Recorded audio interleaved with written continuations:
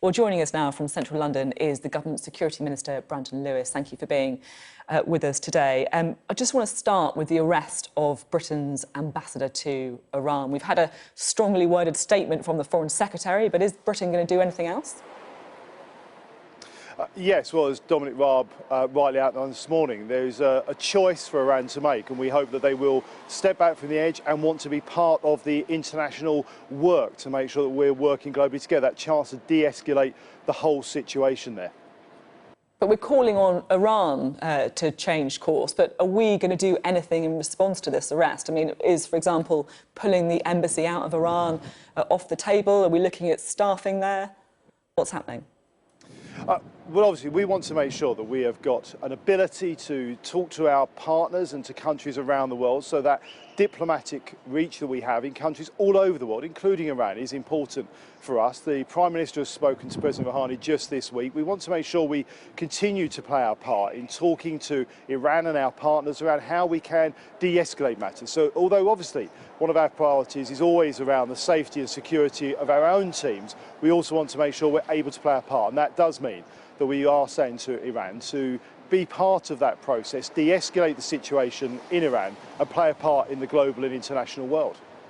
You talked there about talking about trying to de-escalate tensions.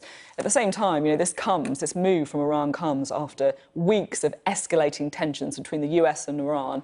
The US obviously doesn't have an embassy presence in the country, and it is a much bigger power than us. Donald Trump's acted much more aggressively than we have. Are we being targeted here because we're effectively seen as a soft target?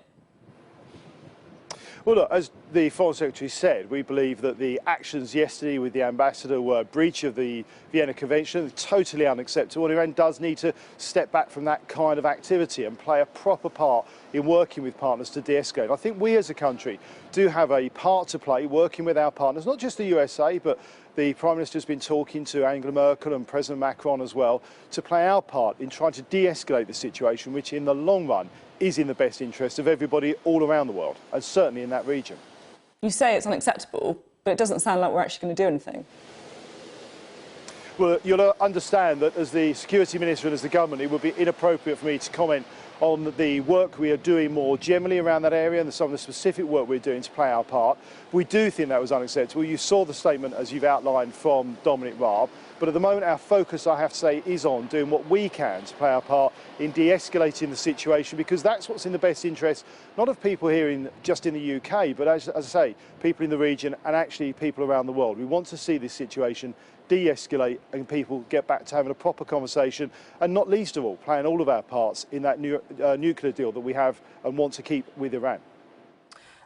It comes, of course, after Iran admitted responsibility for shooting down that Ukrainian airline, causing the deaths of 176 people, including some British nationals. Do you find the Iranian explanation plausible, that they effectively mistook this aircraft for an incoming cruise missile?